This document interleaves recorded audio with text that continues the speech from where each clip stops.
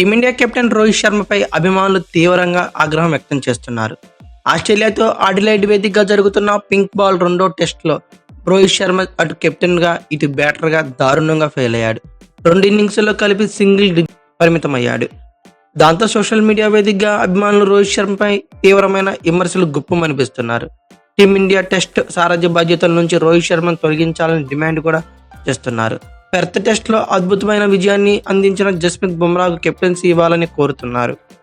ఈ pink ball టెస్ట్లో team India పేలవ ప్రదర్శన ఓటమి ముంగుట నిలిచింది. ఈ మ్యాచ్లో ముందుగా బ్యాటింగ్ చేసిన టీమిండియా తొలి ఇన్నింగ్స్లో 180 పరుగులకి కుప్పకూలింది. అనంతరం ఆస్ట్రేలియా తొలి ఇన్నింగ్స్లో ఏకంగా 337 పరుగులు చేసింది. దీంతో 157 పరుగుల ఆధిక్యమైతే ఆస్ట్రేలియా సొంతం చేసుకుంది. భారీ లోటుతో రెండో ఇన్నింగ్స్ ప్రారంభించిన భారత్ రెండో రోజు ఆట ముగిసే సమయానికి 5 వికెట్లు కోల్పోయి కేవలం 128 పరుగులే చేసింది. టీమిండియా టాప్ 5 బ్యాటర్లు దారుణంగా మరోసారి ఫెయిల్ అయ్యారు.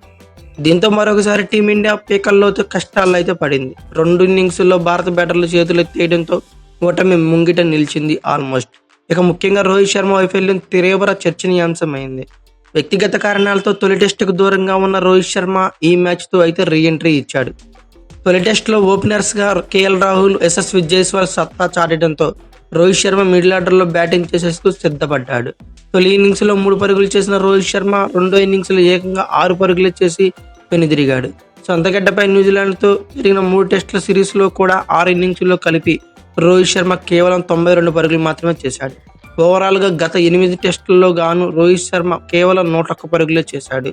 అంతేకాకుండా కెప్టెన్గా సొంతగడ్డపై వరుసగా 3 మ్యాచ్ల్లో ఓటమి ఎదుర్కొన్న రోహిత్ శర్మకు తాజా మ్యాచ్తో 4వ ఓటమి లోడ్ అవుతుంది. అంతేకాకుండా 2023 నుంచి Rohit Sharma right arm fast బౌలర్లకు అయితే చాలా ఇబ్బంది పడుతున్నాడు. ఇప్పటి వరకు రైట్ ఆర్మ్ ఫేస్ బౌలింగ్లో 13 సార్లు అవుట్ అయ్యాడు. ఈ క్రమంలోనే రోహిత్ శర్మపై వేటు వేసి బుమ్రా కెప్టెన్సీ ఇవ్వాలని ఫ్యాన్స్ అయితే డిమాండ్ చేస్తున్నారు. అయితే దీని గురించి మీరేమనుకున్నారో ఖచ్చితంగా కామెంట్ బాక్స్లో పిన్ చేయండి. అలాగే ఈ వీడియో కనుక మీకు నచ్చితే like, share, comment plus subscribe చేసుకోండి. అలాగే పక్కనే ఉన్న బెల్ ఐకాన్ ఒకటి మాత్రం మర్చిపోకండి. Thank you for watching. Have a nice day.